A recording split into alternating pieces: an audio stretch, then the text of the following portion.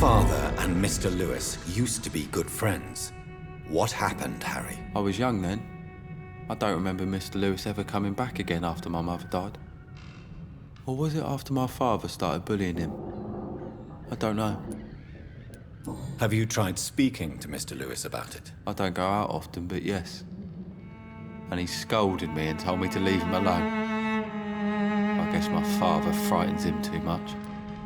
But you are not responsible for your father's actions. Am I not?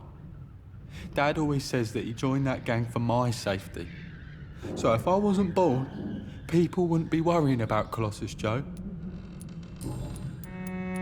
Would it ease tensions with your father if he got an honest job?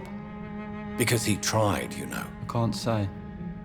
I'd be glad if he dropped his thuggish activities, but I'm not sure it would be enough. Why is that? Sometimes I suspect it's me, Dr. Reed. Or it's this life. It's like I can't find my place. Goodbye, young man. Take care of yourself. Is there only... Now it's hard to believe, but this district has always been ready. Time to pay, one way or Let your guard another. down, sir. You're late. Where's my money? You again? Goodbye, Mr.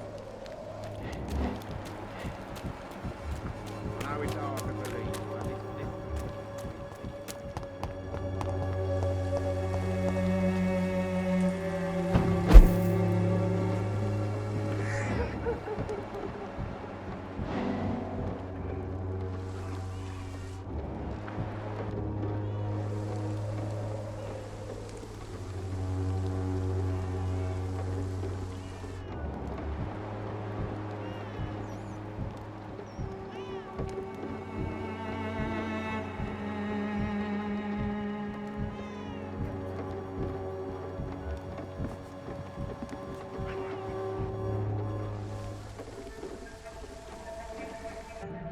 So you only hurt people because you care about me? Is that it?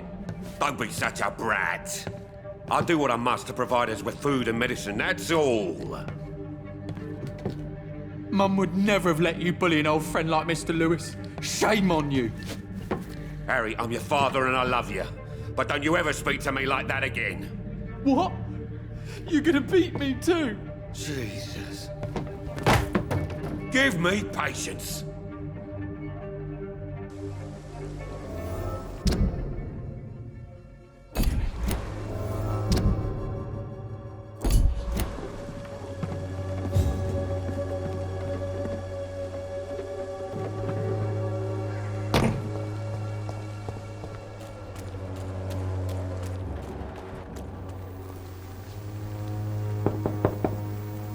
I will return at a more convenient time.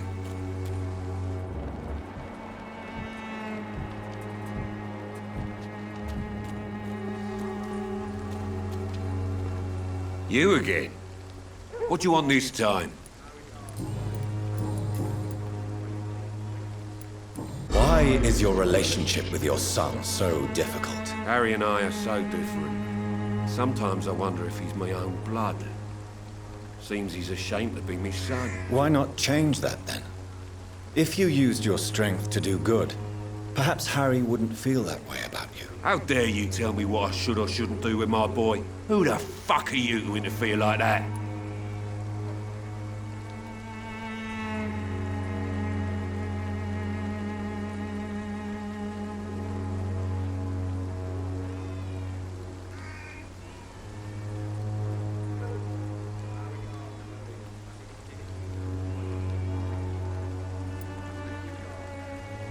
I mean no harm to your family. But if you want my advice, this is no place to raise a child. No matter where we live, Harry will always be sick and frail. At least here, I'm respected. And no one will ever dare touch him. Why do you keep on working for the gang, Joe? You know it doesn't suit you. It's true, I hate this job. And I know I made some bad choices, but I'm a wet boot boy now. And people won't forget it. You could leave tomorrow. Start another life in another town. That's easy for you to say, Doctor. We are poor. My son's weak. and there's no way he'll endure another disappointment. Harry doesn't seem happy living in Whitechapel. Why did you make him come here? I've always put my son's interests above everything else, whatever he may think. Our house is small but affordable. The walls are thin, but the door is solid. You really love your son, don't you, Mr. Peterson? He's my pride and joy. Even if he hates me for the choices I make and pushes me buttons more than he should. Do you have any regrets? Only one. Not to have my beloved wife by my side. She died when Harry was little. My sweet Jane. She gave the boy confidence. Since the criminal nature of your job means you could be arrested, are you not afraid of what would happen to your boy if you were? No one will ever take my son away from me. If that ever occurred, I'd hunt the bastard down and rip off his head with my bare hands.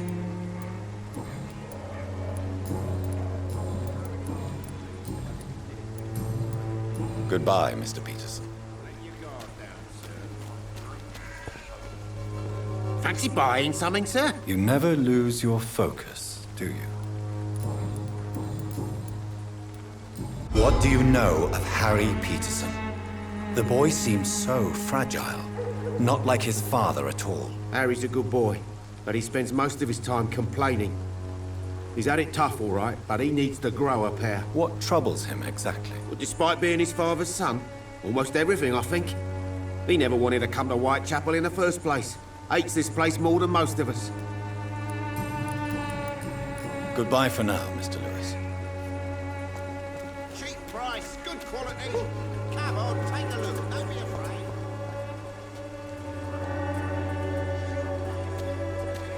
Come on, take a look, don't be afraid.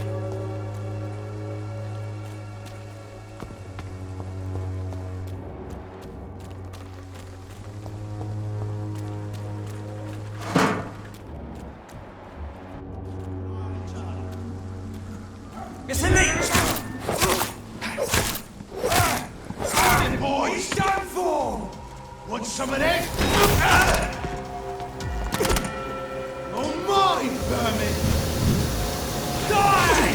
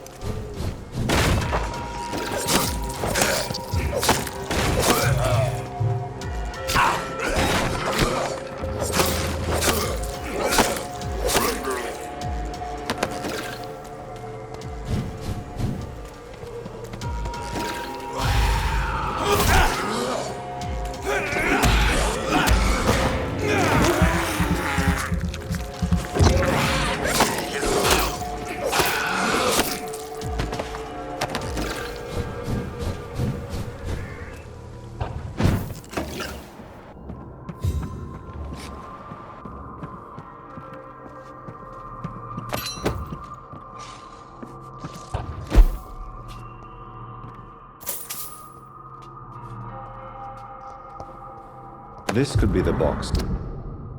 Lewis.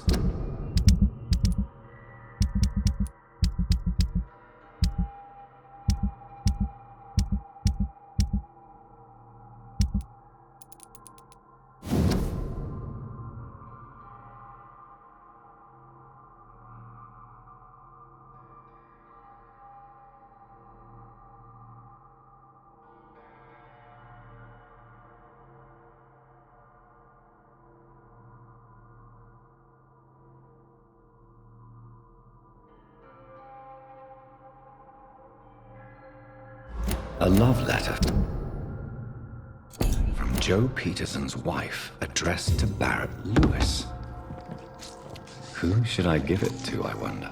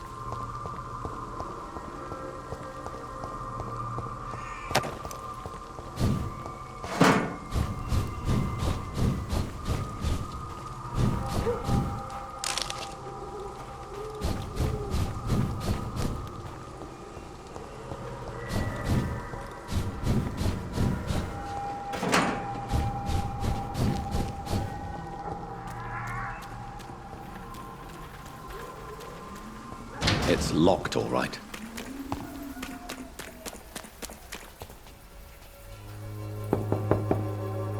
I must insist, sir. Please let me see Nurse Crane. I have no time for you, sir.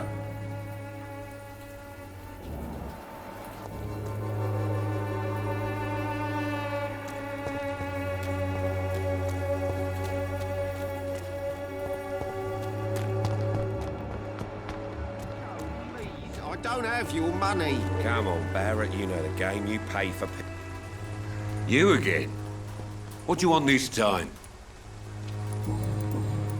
I think the documents in this box could be of some interest to you. Really? Where'd you get it? I found it in an abandoned building nearby. I thought you might want to keep these letters. Let me see. Letters about my boy. Thank you, sir. You do not appear surprised or pained by this. Surprised about what?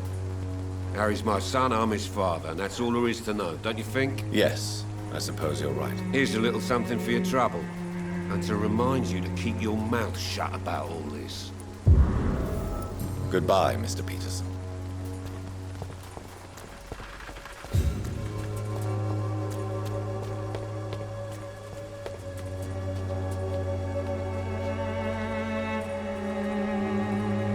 Forgive my interruption. Do not apologize, my son. Father Tobias Whittaker is always happy to teach mortals about the incoming Armageddon. I am Dr. Jonathan Reed, and I just have a few questions. A scientist? You are much more lost than I thought, my son. Do you know Nurse Dorothy Crane from the Pembroke Hospital? I'd like to know more about her. I don't like the liberal ideas of nurses, but I especially abhor that Nurse Crane you mentioned. So, you're not exactly a fan of Florence Nightingale's work. But nurses are essential for modern healthcare. Nuns should be the only women allowed to take care of male patients. It's obvious only they have the necessary moral fiber. Why do you hate Nurse Crane more than other nurses? Before coming to London, she was a member of the communist resistance in our country. That's what happens when you let a woman get involved in politics.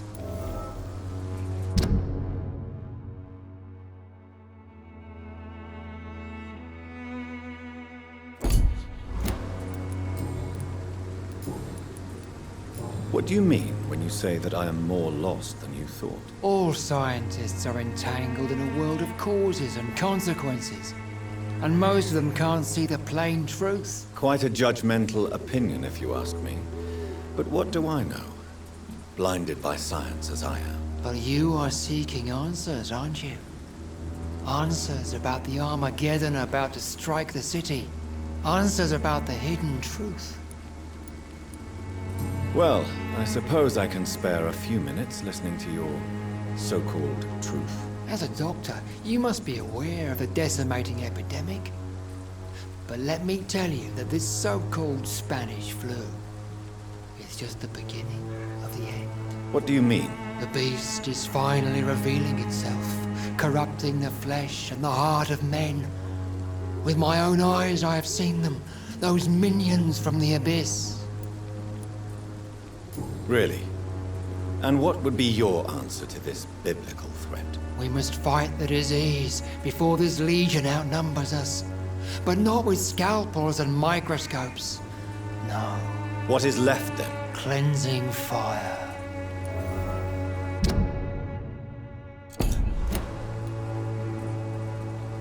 Tell me, Tobias, what exactly is your plan concerning the cleansing of this city? God will recognize his own.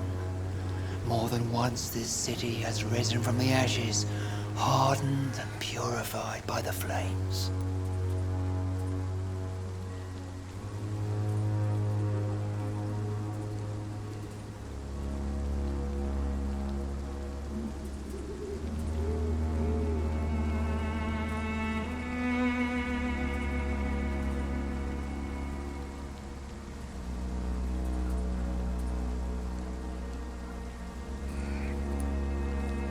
Purification by fire has proved useful, but where do you stop? Burn the clothes? The buildings? The corpses? Worse? Your lack of faith is predictable. But my task is to convince rational minds like yours to see the light. This is God's will. You're mad and dangerous. You're nothing but a soulless butcher. A small-time Torquemada. The Savonarola of Whitechapel. My son, if you think salvation is a free gift, go listen to the lies of that pompous fool, Joseph. Joseph, a fool? Vicar Larrabee of St. Mary's Church. While he continues preaching his fraudulent redemption, more and more people die in the streets.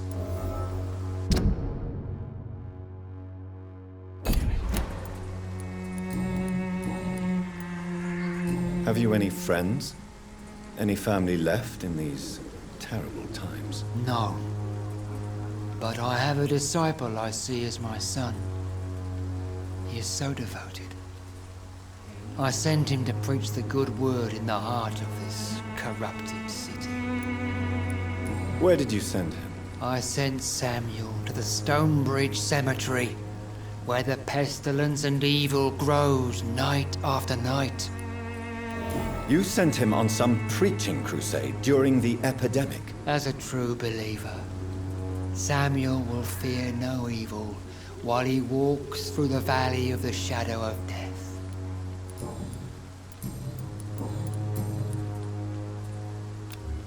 I have heard enough for tonight. Goodbye.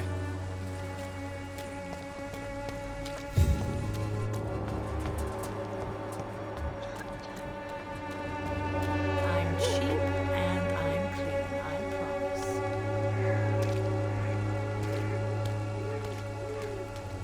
You look so pale, my lord. Would you like me to revive you?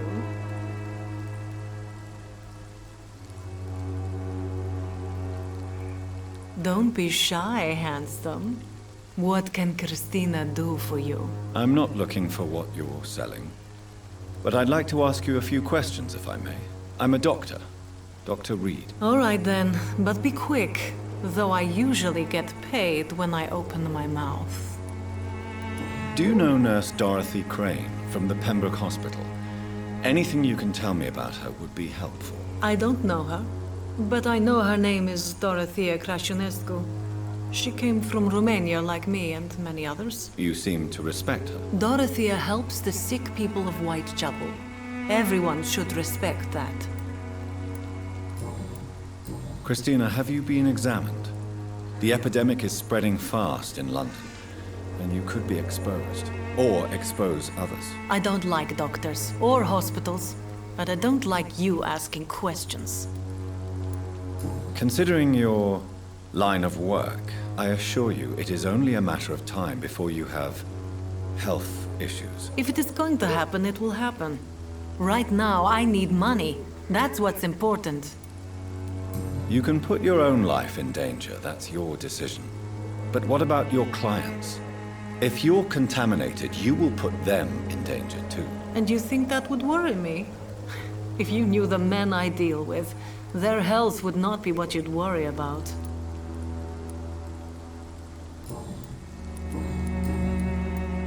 Tell me about yourself. Are you joking with me? People don't usually come to see me for conversation. I have no interest in your work. I am, however, curious as to what led you into this career. Short story. The war, exile, and England. This country is not especially welcoming. I've been refused many jobs because of where I am from. I had few options left.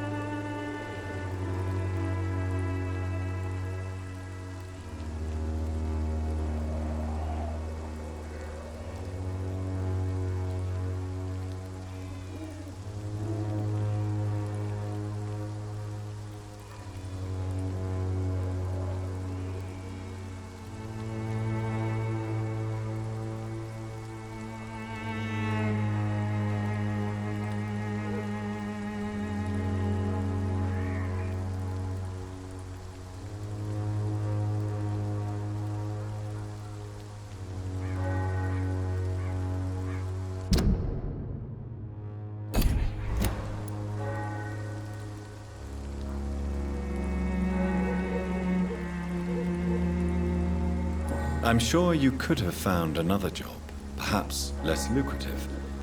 Maybe you should try again. And when exactly was the last time you looked for a job?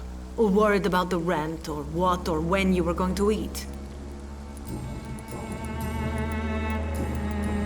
Goodbye, miss. Take care of yourself as best you can.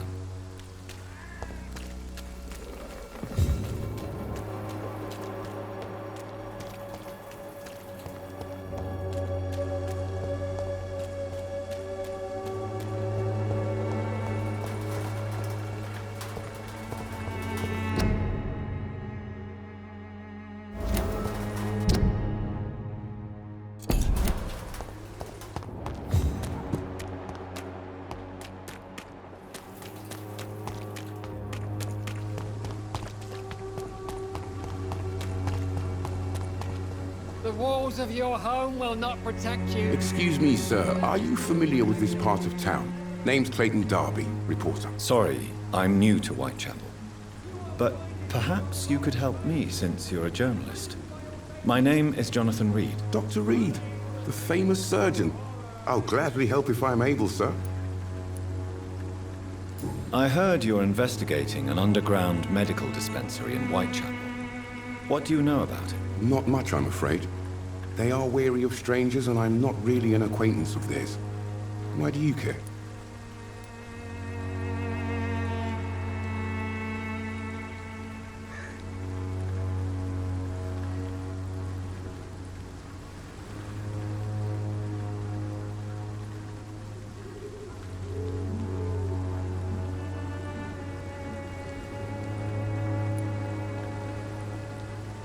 It's confidential. Speaking as a doctor, I'm sure you understand. Are you sure you're not just concerned about the repercussions that a scandal involving a certain Nurse Crane from the Pembroke Hospital would bring? Without a doubt, you are a damn fine journalist, Mr. Darby. What do you know of her accomplice, a man named Darius? I don't know much about the man. He's very cautious. Never goes out. Doesn't seem to have any friends or family. He has no relatives at all? No. Except for that strange man, a poet named Richard Nithercott, who sometimes comes by. Darius would never let him in. Where can I find this Mr. Nithercott? He spends most of his time lurking around Whitechapel, talking to himself or declaring verses. These days, you can usually find him behind the church. He never goes out? No. A few days ago, he unexpectedly did. I followed him, but it was just a ruse to keep me away from his house. Really? How do you know? He went to the nearest mailbox, but just before posting his letter, he ripped it up and threw it away.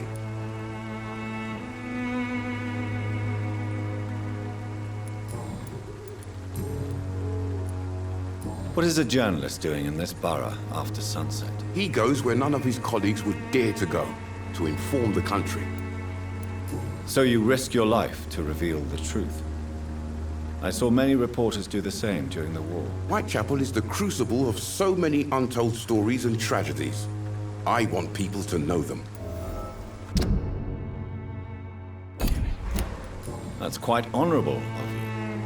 But is the public interested? Not at all, sir. And that's why I'm an independent journalist, hoping to sell some stories.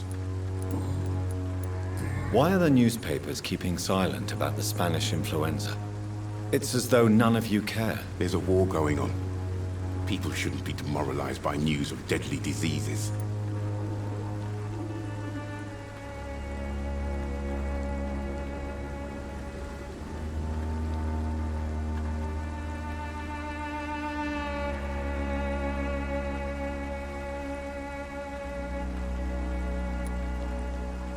It's a disgrace. People are left to die alone. No one is properly informed of the risks. These are bad times indeed. So much for the glorious British Empire. Have you any idea of the danger you face in these streets at night? I've had to run and hide more than once from frenzied mobs incensed by the fever. Do you think the flu is really responsible for this, Doctor?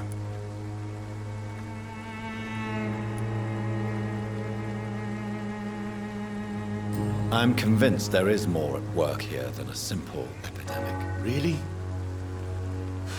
To be honest, I could say the same. Some of the sick I saw or heard of.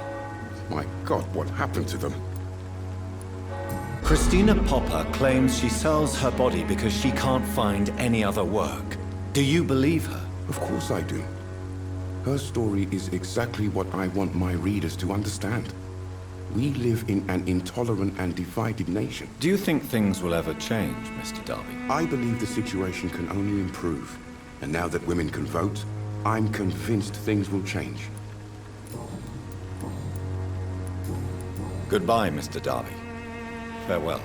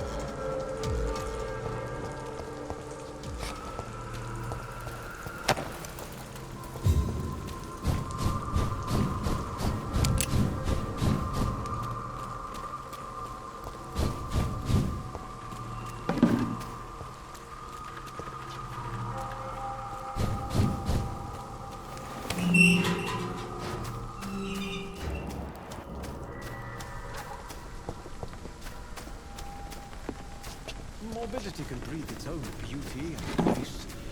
Whitechapel is not just a possession.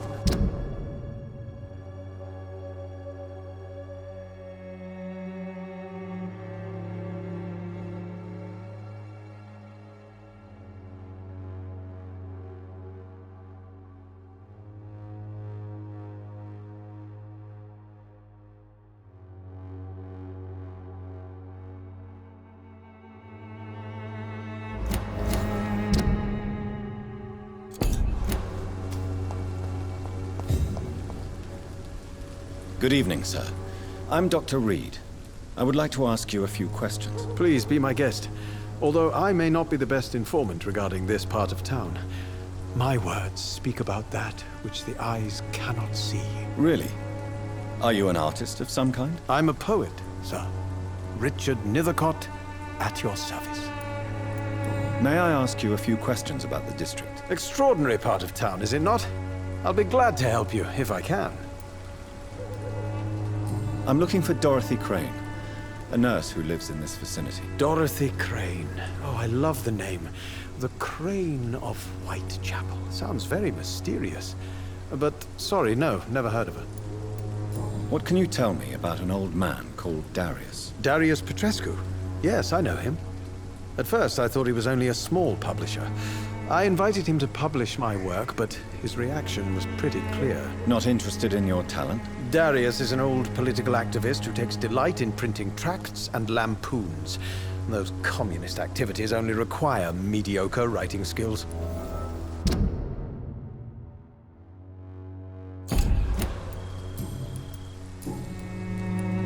Are you aware that your life could be in danger in this part of town? But this is where I must be to feel the real beat of the city. I had to come, see it for myself, alone. I understand your need for solitude, but it's not safe around here. I don't care. I don't have many friends, Doctor, and my family despises me. If some misfortune came upon you, who would be here to help you? Well, you, for a start, my dear Doctor. May I ask what you're doing at this hour of night, sir? Do you live here? Not at all. I'm just enjoying the pleasure of a quiet walk. Though night talks are always preferable, if you ask me. Especially with strangers. But are you not afraid of the epidemic? Oh, why should I? I see some equity in the Spanish flu. No flesh should be saved, say the scriptures. Good or evil, rich or poor, all are equal in the eyes of the flu. If you say so. But as a physician in a time of epidemic, I must caution you to avoid unnecessary exposure, sir. Thank you, Doctor. But we both know the seeker of truth has to go boldly where the weak dare not. What are your thoughts on the terrible situation in this city? Terrible, you say? No. Of course, the death of so many innocents is a tragedy. But the scourge has not been all bad for the city. Oh, no, sir. What are you talking about? Do you remember London before the flu? Noisy, cacophonic, quiet nowhere to be found. And now, listen to this oddly peaceful silence.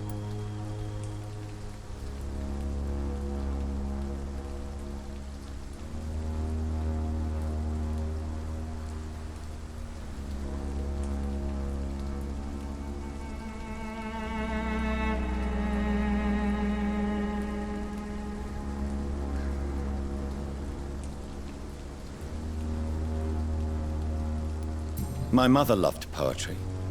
Perhaps your words would have touched her sensitive nature. I only see a dreadful disease. Most people fail to understand my perspective. I don't blame them. But how could I call myself a poet if I veiled my feelings? Tell me, Mr. Nethercott, why seek inspiration in Whitechapel?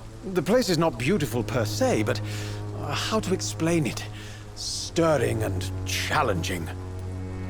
Do you not think it a little morbid? On the contrary, sir. Whitechapel is full of life, full of beauty.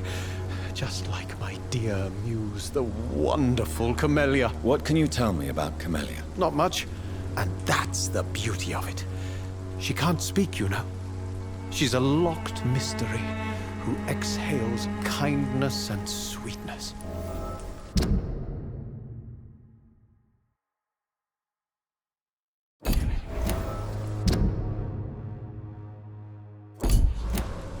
Perhaps you're just afraid to find out the truth about your muse. One day, perhaps, I'll ask her to come with me.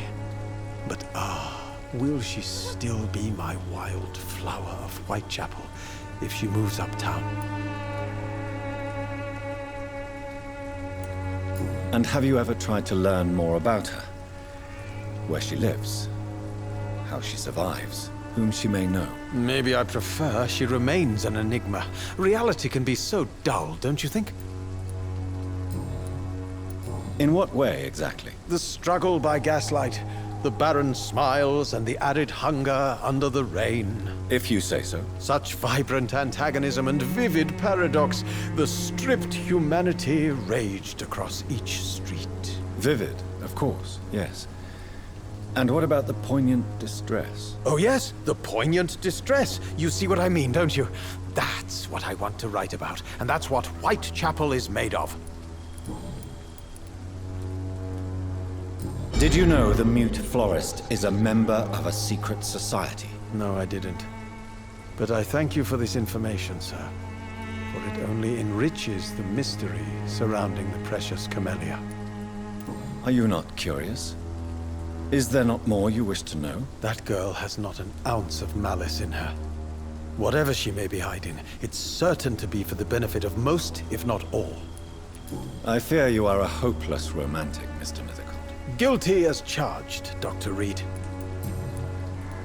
You don't really make a living from your scribblings, do you, Richard? No, sir, I don't. I work so hard. I put all my time, my energy, my devotion into the precise carving of words.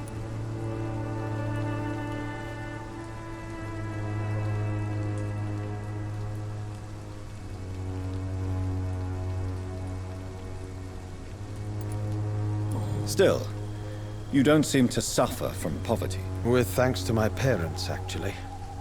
I'm afraid I would not be able to live on my own without their help. You seem embarrassed. Someday I hope to proudly offer my first publication to my parents. Until that day, I'll remain the failure of a son they have to support.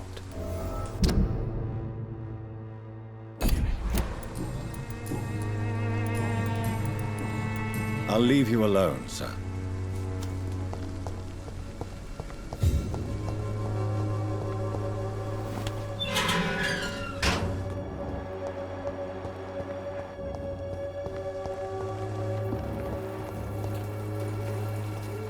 Good evening, miss. I'm Dr. Reed. I'd like to ask you a few questions. I know what you're thinking. A tall stranger who meets a girl in the street at night. It reeks of the penny dreadfuls. But I mean you no harm, truly.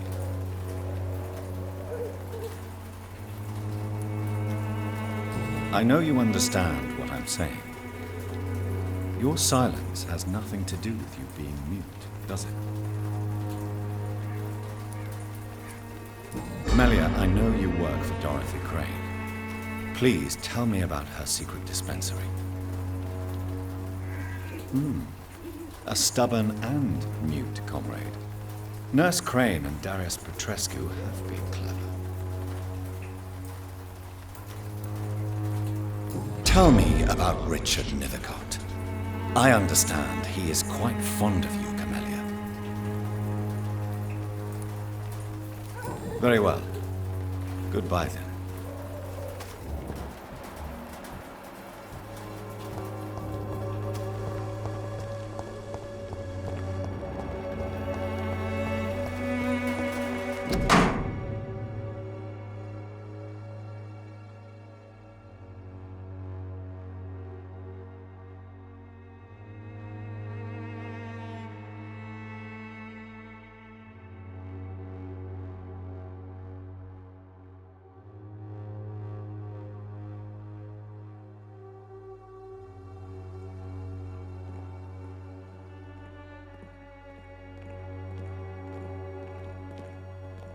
The content of Darius' letter to his children.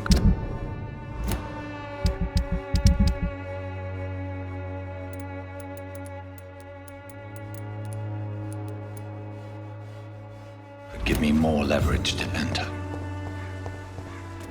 Darius is a bit less of a mystery now. It should not be that difficult to incite him to let me in. You are blinded by your false faith! Imprisoned by your daily routine, unable to see the true horror around you.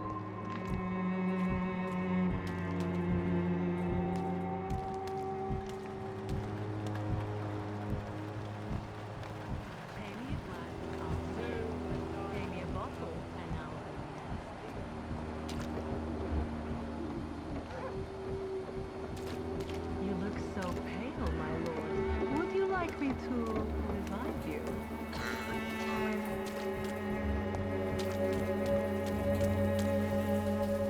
Good evening, Doc. Goodbye.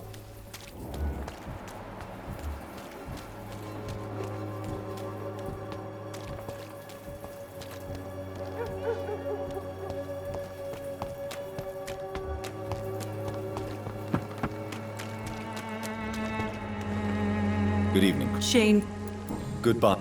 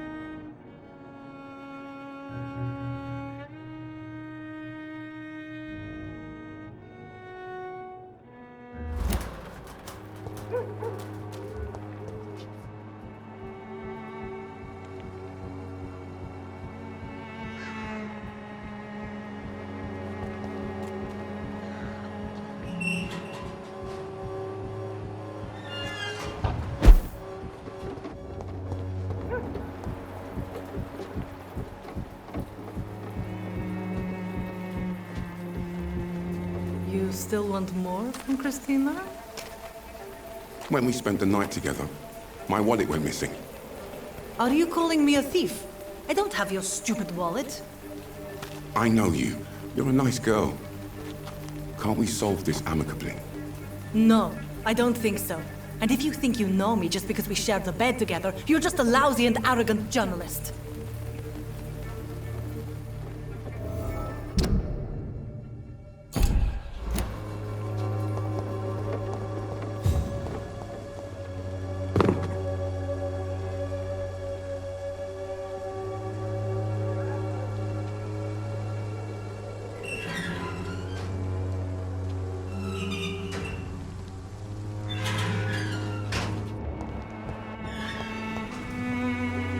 Good evening, Doctor. Can I help you? Tell me, Clayton, do you really think this young woman stole your wallet? Christina? Yes. I recently met her. A nice girl, despite her questionable conduct. How exactly did you meet Christina? During my investigation, I offered my hotel room to her to rest and get away from the street. And what happened? The next morning, my wallet and my watch had disappeared. I suppose that's what you get for being a good Samaritan.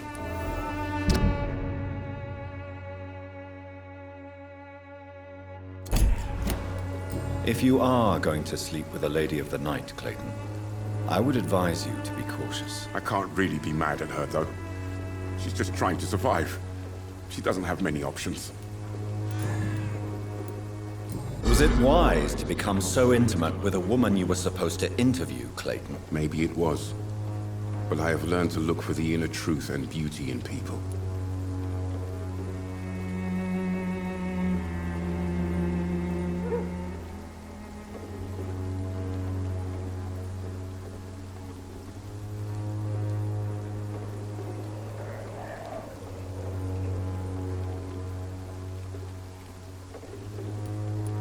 I apologize. I didn't mean to be rude. What can you tell me about this woman? She is very sensitive. So nostalgic about her country. I saw her cry once because she'd lost a precious souvenir from her homeland. What was it? A scarf her brother gave her before she came to England. Why are you so concerned? You seem to have something on your mind, Mr. Dark. That we could make peace if I could find it and give it back to her. But I'm afraid she lost the scarf somewhere during her night shift. Goodbye, Mr. Darby. Farewell.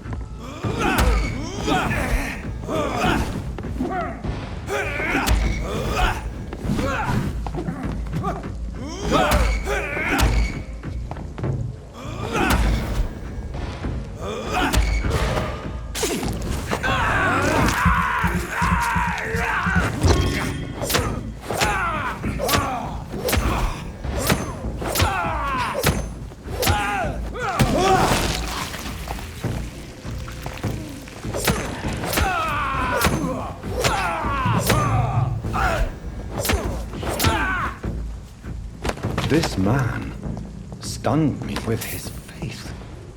His crucifix. This is not good news.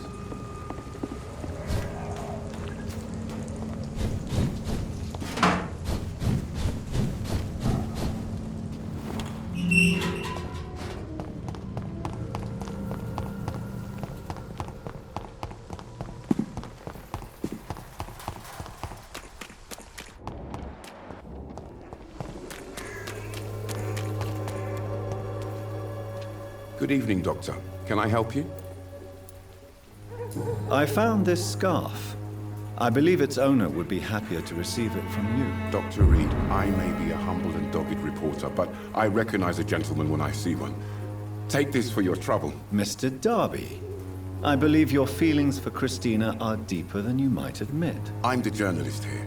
I'm the one who makes assertions. But as a journalist, you also have to honor the truth. So, what is the truth about you and Christina? I won't use the word romance, but yes, I do care for her. A lot. I hope the feeling is mutual. Ridiculous, is it not?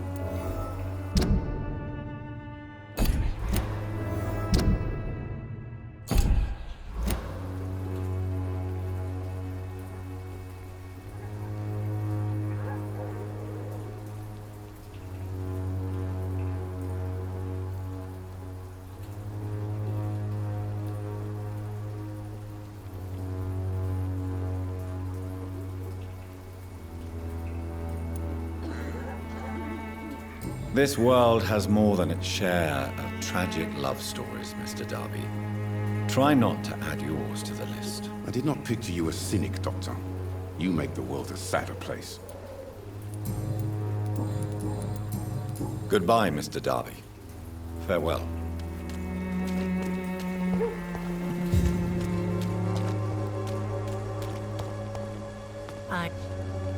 Good evening, Christina. Change your mind, Mr. Reed? Clayton Darby claims he will expose the crisis in Whitechapel to all of London. Do you believe him? I believe Clayton's courage will erode with time, until he finally leaves Whitechapel to start another fight somewhere else. Why this skepticism? How can you speak about starvation if you've never been hungry? Or about poverty? Or anything else you have never suffered from? Are you talking from experience? I've seen your type come here to get a good fuck in a cheap room or a dark alley before going back to their fancy houses in the West End.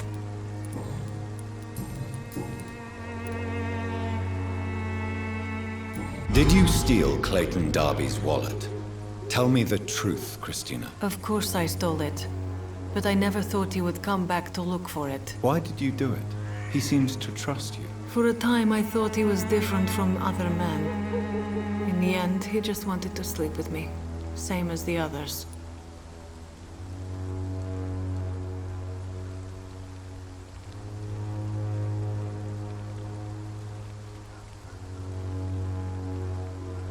Perhaps Clayton is different.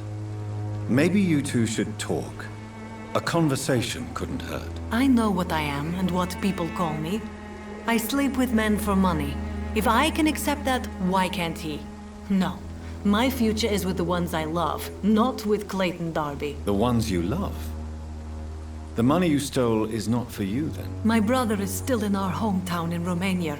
I am the only one who can buy him a ticket to England.